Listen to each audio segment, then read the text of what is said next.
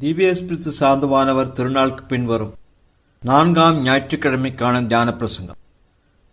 அச்சிஸ்டர் அல்போன்ஸ் மரிய லிகோரியார் நிகழ்த்திய தியான பிரசங்கம். மரணம் என்பது நிச்சயமானது. மரணம் எப்போது வரும் என்பது நிச்சயம் இல்லாதது. மீன் பிடிப்பதற்கு உங்கள் வலைகளை வீசுங்கள். இரவெல்லாம் பிரயாசைப்பட்டும் மீன் ஒன்றும் அகப்படவில்லை என்று அச்சிஸ்டர் ராயப்பர் கூறுவதை கேட்டதும் நமது ஆண்டவர் அவரிடம் படகை ஆழத்திலே தள்ளிக்கொண்டு போய் மீன் பிடிப்பதற்கு உங்கள் வலைகளை வீசுங்கள் என்று சொன்னார்.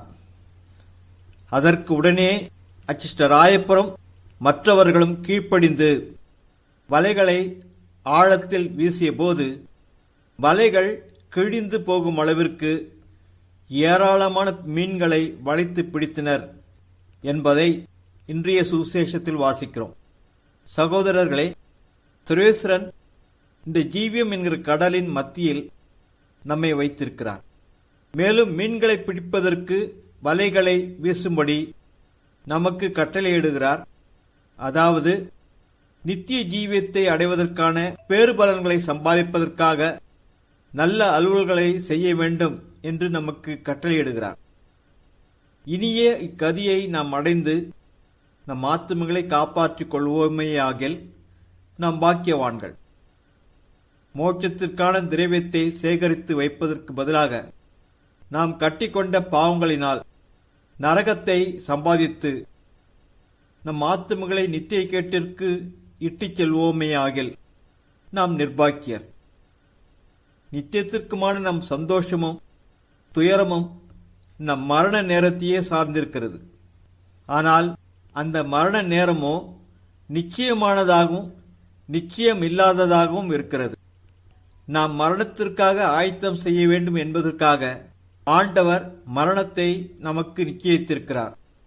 ஆனால் மற்றொரு பக்கத்தில் நாம் எப்போதும் மரிப்பதற்கு தயாராக இருப்பதற்காக மரண நேரத்தை பற்றி நிச்சயம் இல்லாதவர்களாக இருக்கும்படி, அதாவது மரணம் எப்போது வரும் என்பதை அறியாமல் இருக்கும்படி ஆண்டவர் நம்மை விட்டுவிட்டார்.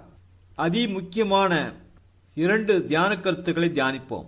முதல் தியான கருத்து, நாம் மரிப்போம் என்பது நிச்சயமானது. 2ஆம் தியான கருத்து, நாம் எப்போது மரிப்போம் என்பது நிச்சயம் இல்லாதது.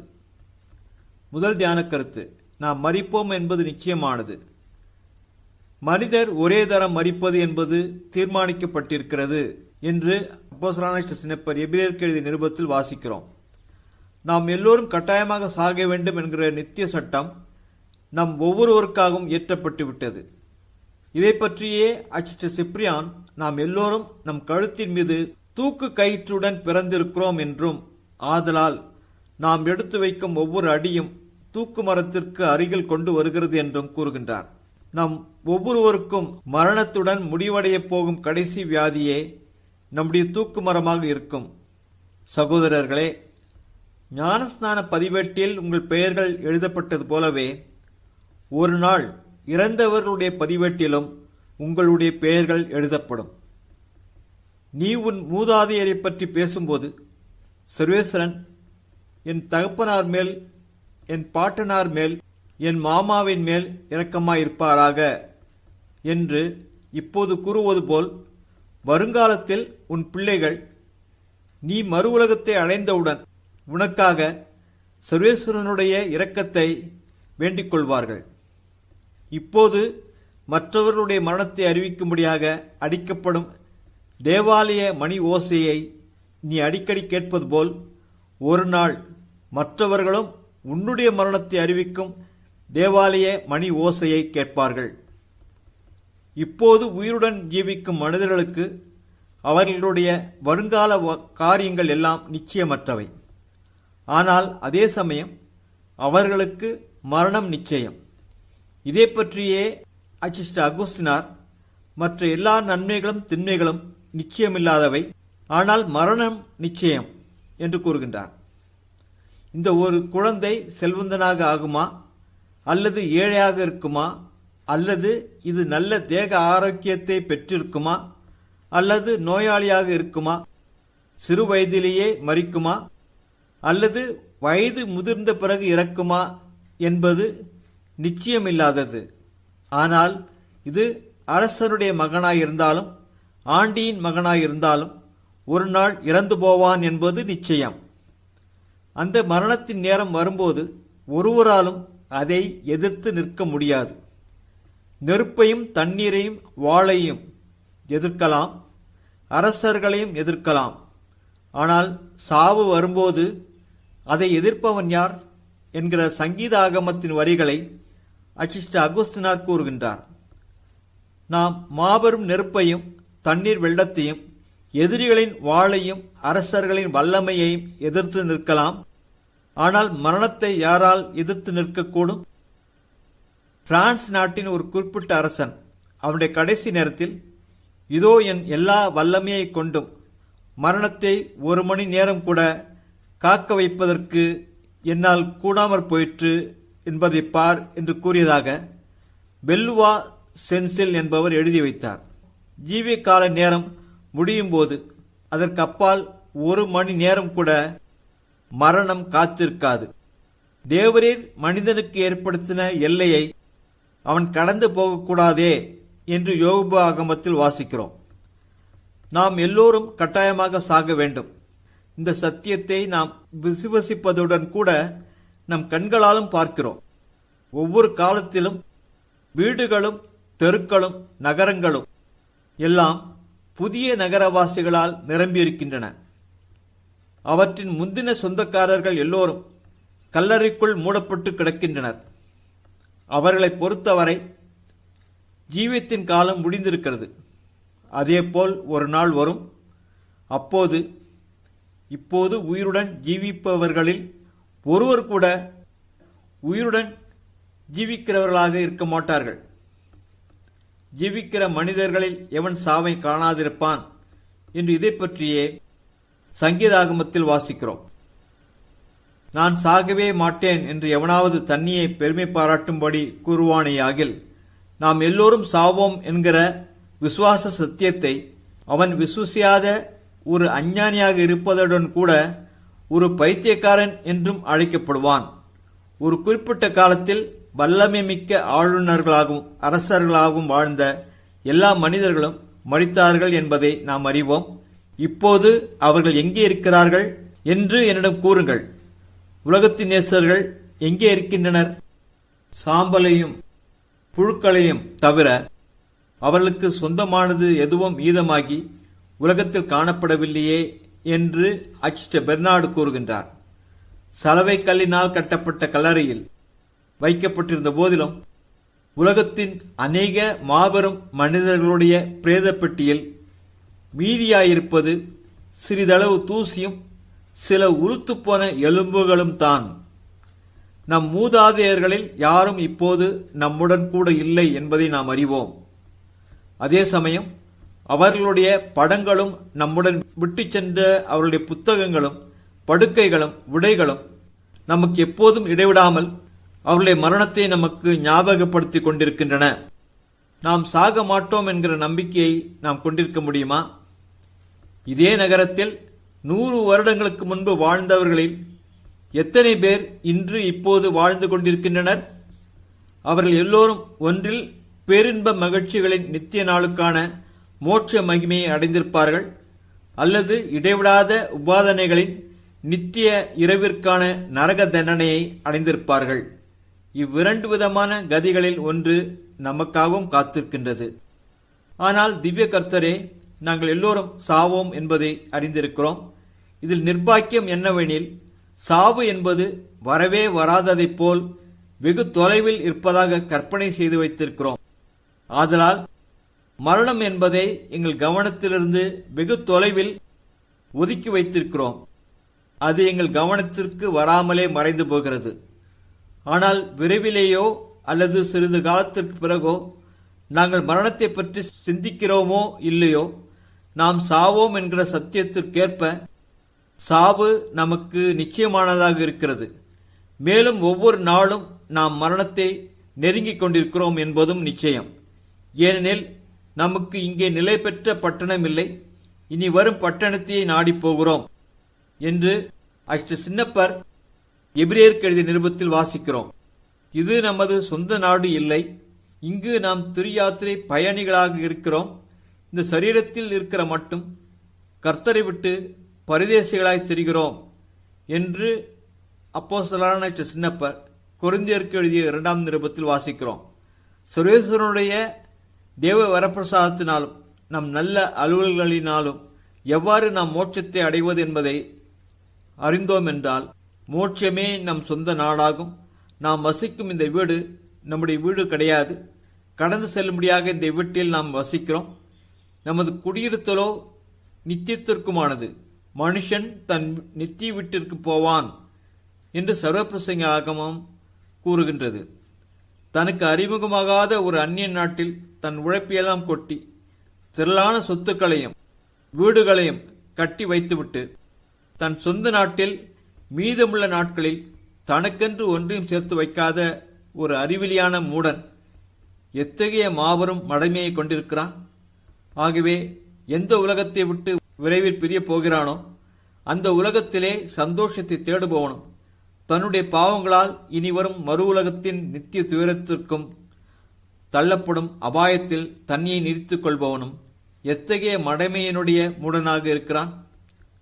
சகோதரர்களே, தன்னை நோக்கி அண்மையில் வந்து கொண்டிருக்கிற மரணத்திற்காக நல்ல ஆயத்தம் செய்வதற்கு பதிலாக ஒரு மரண தண்டனை பெற்ற மனிதன் கொலைக்களத்திற்கு கூட்டி செல்லப்படும் போது வழியில் உள்ள சகல வீடுகளின் அழகை ரசித்து பாராட்டிக் கொண்டும் நடனம், நாடகம், சினிமா போன்ற பொழுதுபோக்கு காரியங்களை பற்றி சிந்தித்துக் கொண்டும் பரிசுத்தனத்திற்கு எதிரான அசுத்தமான தீய வார்த்தைகளை உச்சரித்துக் கொண்டும் அயலாருடைய நற்பெயரை கெடுக்கும்படியாக பேசிக்கொண்டும் செல்வானே ஆகில் இந்நிர்பாக்கிய மனிதன் ஒன்றில் புத்தி சுயாதீனத்தை இழந்திருக்க வேண்டும், அல்லது சர்வேஸ்வரன் தாமே இவனை கைவிட்டிருக்க வேண்டும் என்று நீங்கள் கூற மாட்டீர்களா என்பதை என்னிடம் கூறுங்கள். நீங்கள் மரணத்தை நோக்கி செல்லும் பாதையில் இல்லையா? அப்படியென்றால் நீங்கள் ஏன் எப்போதும் உங்கள் சரீர உணர்வுகளை திருப்திப்படுத்துவதை மட்டுமே தேடுகிறீர்கள்? திவ்யசேஷகிருஷ்ணநாதர் சுவாமியின் நியாயாசனத்தின் முன்பாக ஒரு நாள் நீங்கள் ஒப்புவிக்க வேண்டிய கணக்கை பற்றி ஏன் சிந்தியாமல் இருக்கிறீர்கள்? ஒருவேளை அந்த நாள் வெகு அண்மையில் இருக்கலாம். அந்த நாள் வெகு சீக்கிரத்தில் வந்துவிடும்.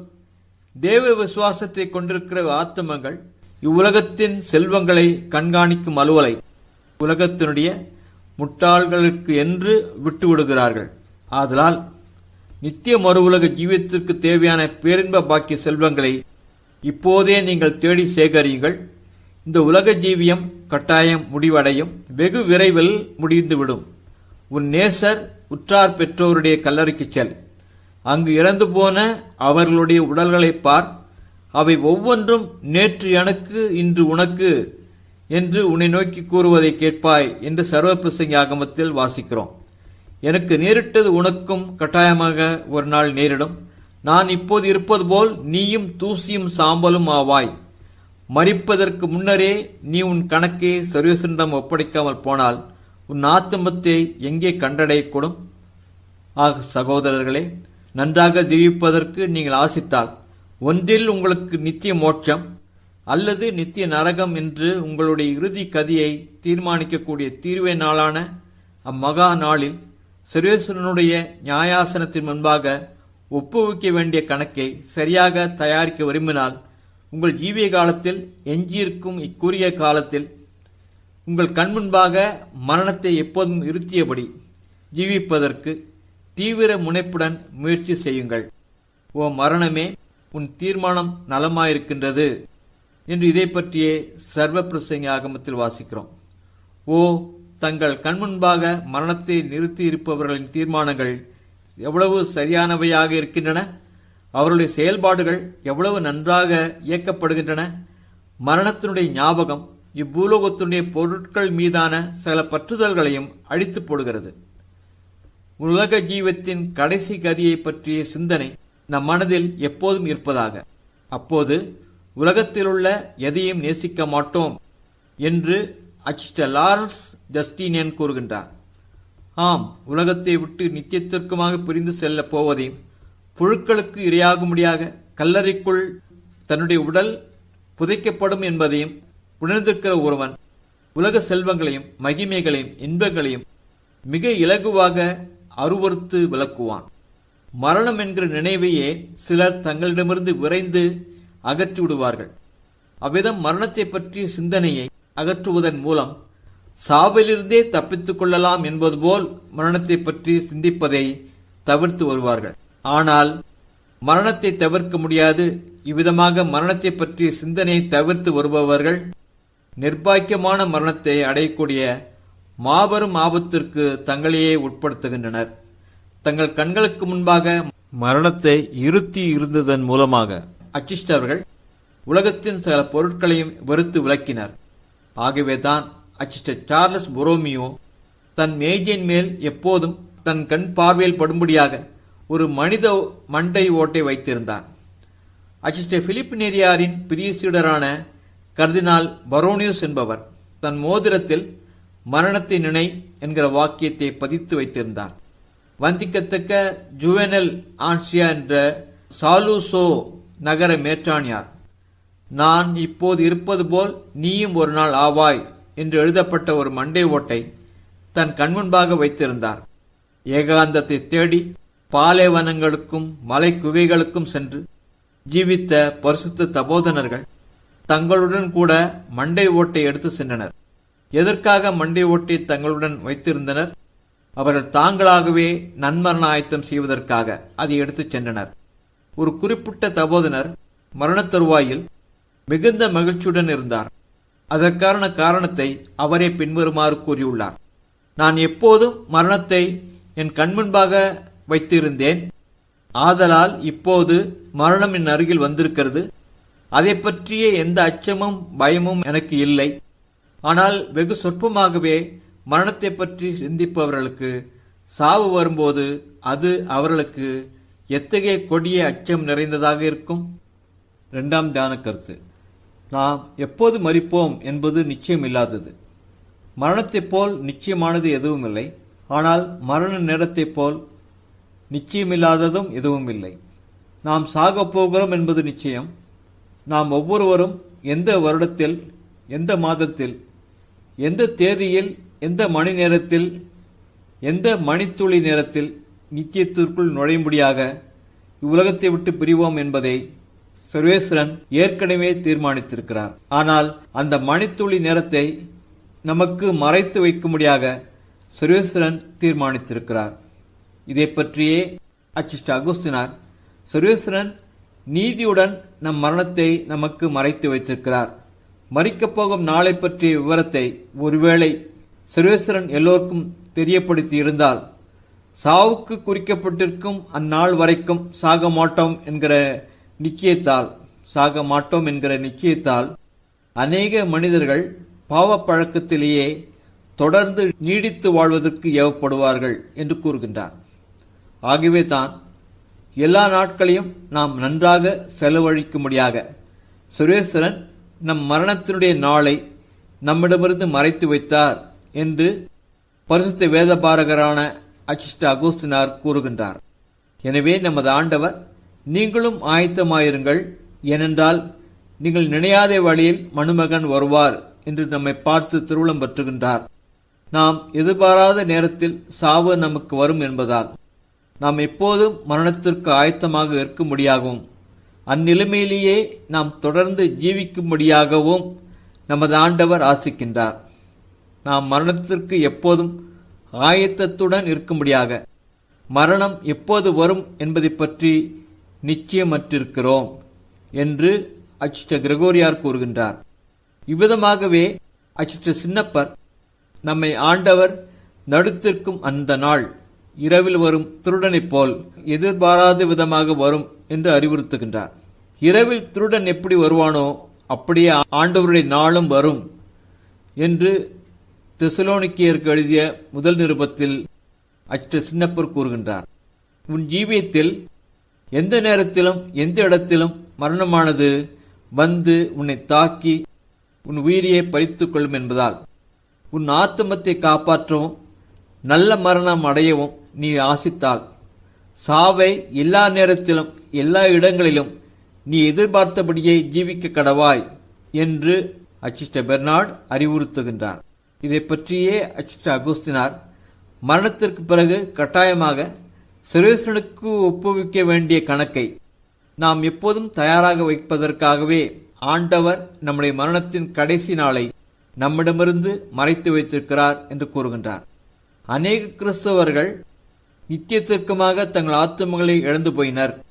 ஏனெனில் பலர் வயோதிபர்கள் கூட அண்மையில் மரணம் நெருங்கி வருவதை உணர்ந்த போதிலும் சாவு வெகு தூரத்தில் இருக்கிறது என்று கூறி தங்களை தாங்களே ஏமாற்றிக் கொள்வார்கள்.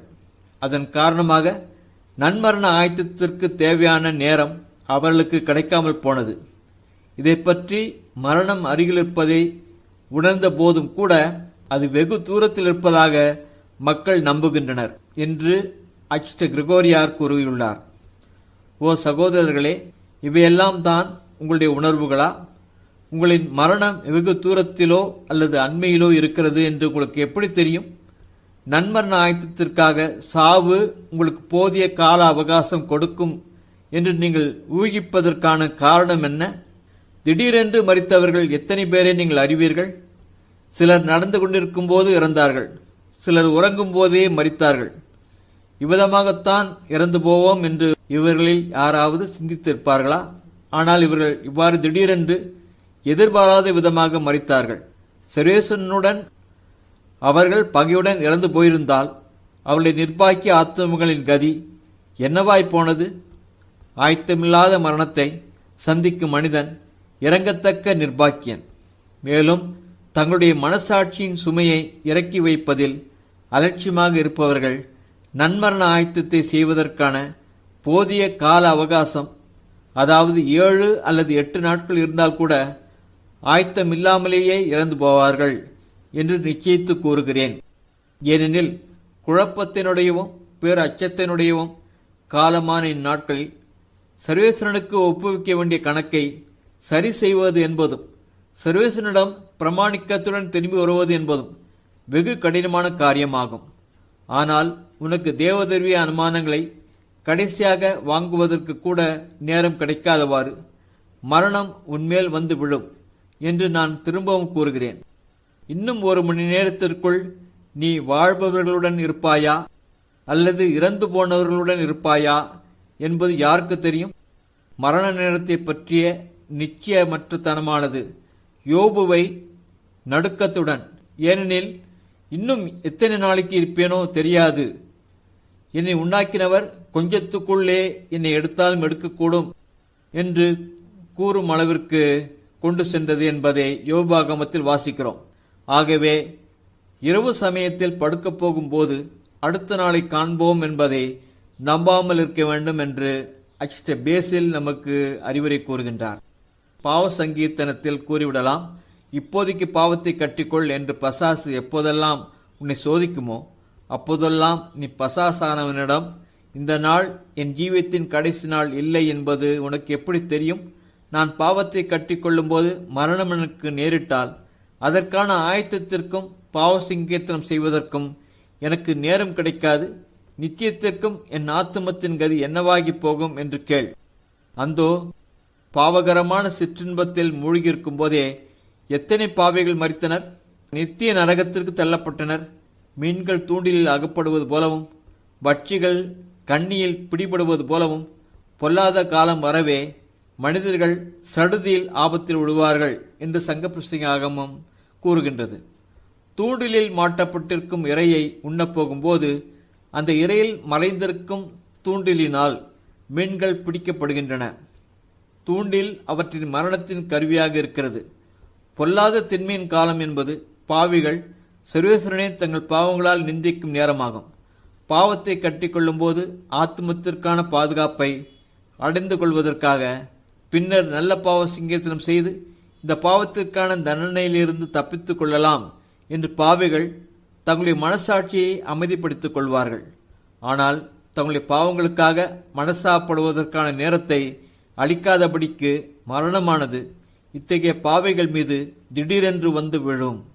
சமாதானமாயும் க்ஷேமமாயும் இருக்கிறோம் என்று சொல்லிக் கொண்டிருக்கும் போதே சடுதியில் அவர்கள் மேல் கேடு வந்து விழும் என்று சின்னப்பர் தெசலோனிக்கேயருக்கு எழுதிய முதல் நிருபத்தில் வாசிக்கிறோம். பணத்தை கடனாக கொடுக்கும் ஒருவன் வாங்குபவனிடமிருந்து பணத்தை வாங்கியதற்கான ஒரு அத்தாட்சி பத்திரத்தை எழுத்து மூலம் வாங்கிக் கொள்வான். பணத்தை பத்திரமாக திரும்பப் பெறுவதற்கான சகல வழிமுறைகளையும் கையாளுவான். அடுத்து என்ன நிகழும் என்பது யாருக்கு தெரியும்? சாவு வரலாம், அப்போது நான் என் பணத்தை இழந்து போக நேரிடும் என்று அவன் கூறுவான்.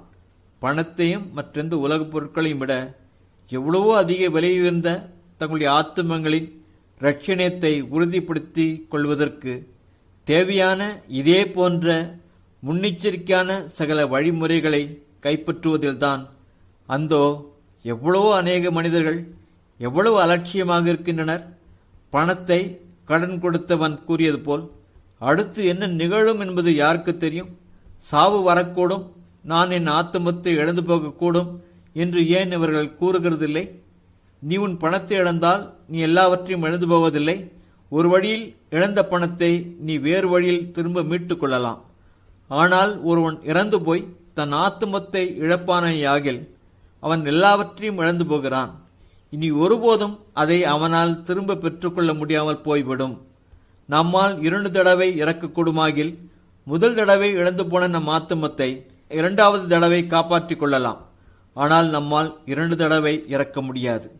மனிதர்கள் ஒரே தரம் மரிக்கவும் அதன் பின் நடுத்திருக்கப்படவும் தீர்மானிக்கப்பட்டிருக்கிறது என்று அஷ்ட சின்னப்பர் எபிரேயருக்கு எழுதிய நிருபத்தில் கூறுகின்றார். ஒரே தரம் என்கிற வார்த்தையை கருத்தில் கொள்.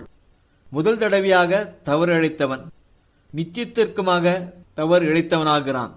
ஆதலால் ஆத்துமத்தை நரகத்தில் தள்ளுவது என்பது சீர்திருத்த முடியாத மாபெரும் கனமான குற்றமாகும். வணக்கத்துக்குரிய அவிலா அருளப்பர் மாபெரும் அச்சிஷ்டவரும் ஸ்பெயின் நாட்டின் அப்போஸ்தலரும் ஆவார். குழந்தை பருவத்திலிருந்தே பரிசுத்த ஜீவியம் ஜீவித்த சர்வேஸ்வரனுடைய மாபெரும் பரிசுத்த ஊழியரிடம் சாவு அண்மையில் இருக்கிறது என்றும் இன்னும் சிறிது காலம்தான் உயிருடன் வாழப்போகிறீர்கள் என்றும் கூறப்பட்ட போது அச்சிஷ்டவர் நடுங்கியபடி, ஓ நன்மரண ஆயத்தம் செய்வதற்கு இன்னும் சிறிதளவு காலம்தான் எனக்கு இருக்கிறது என்று கூறினார். அநேக வருடங்கள் தன் வாழ்நாளில் தபசு செய்து வாழ்ந்த அஷ்ட ஆகத்தோ என்கிற மடாதிபதி மரண தருவாயில் நடுங்கியபடி, நான் என்னவாகப் போகிறேன்? சுரேஸ்வரனின் நீதி தீர்வைகளை பற்றி யாரால் அறியக்கூடும் என்று கூறினார்.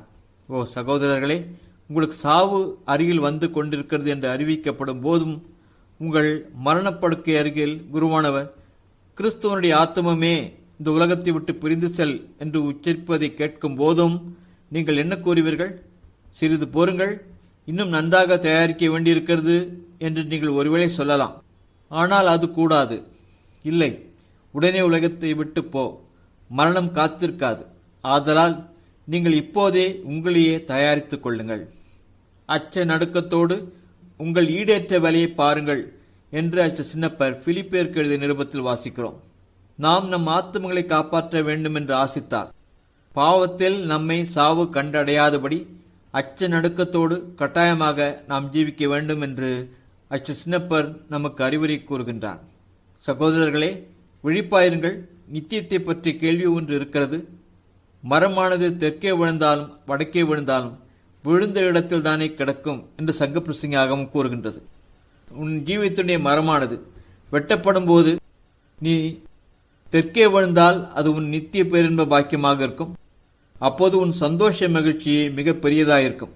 அப்போது நீ சந்தோஷத்தால் ஏவப்பட்டு, நான் காப்பாற்றப்படுவேன், நான் எல்லாவற்றையும் காப்பாற்றி விட்டேன், நான் ஒருபோதும் சர்வேஸ்வரனை இழக்க மாட்டேன், நித்திய காலத்திற்கும் நான் சந்தோஷமாய் இருப்பேன் என்று கூறுவாய்.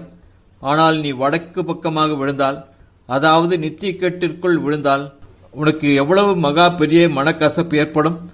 அந்தோ அப்போது நான் குற்றம் செய்து விட்டேன், என்னுடைய குற்றம் சீர்திருத்தப்பட முடியாத குற்றமாக இருக்கிறது என்று கூறுவாய். அப்படியென்றால் உன்னுடைய வெதுவெதுப்புத்தனத்திலிருந்து எழுந்திரு, அதன் மயக்கத்திலிருந்து உன்னையை விடுவித்து எழுந்திரு. இந்த பிரசங்கத்திற்கு பிறகு நீ உன்னையே சர்வேஸ்வரனுக்கு பிரமாணிக்கமுடன் ஒப்புக் கொடுப்பதாக ஒரு தீர்மானத்தை எடு. இந்த தீர்மானம் உனக்கு ஒரு நல்ல மரணத்தை நிச்சயப்படுத்தும். மேலும் அது நிச்சயத்திற்குமாக உனக்கு சந்தோஷத்தை அளிக்கும். ஓ மகாபுருஷ தேவமாதாவே, என்மேல் இவ்வளவான சிநேகமும் இரக்கமும் உள்ள தேவரிடம் சோதனை வேளைகளில் நான் எப்போதும் உதவி தேடி ஓடிவர தேவையான நல்ல மனதையும், ஆண்டவரை தினமும் அதிகமாக நேசிக்கவும், தேவரின் பேரில் உத்தமமான பக்தியை கொண்டிருக்கவும், நல்ல பாவ சங்கீர்த்தனம் அடிக்கடி செய்யவும் தேவையான தேவ வரப்பிரசாதத்தை அருளவும் வேண்டுமென்று மன்றாடுகிறேன். ஆமேன். அச்சிட்ட அல்போன்ஸ் மரிய லிகோரியாரே எங்களுக்காக வேண்டிக்கொள்ளும். அச்சிட்ட அமலோற்ப மாமரியே வாழ்க.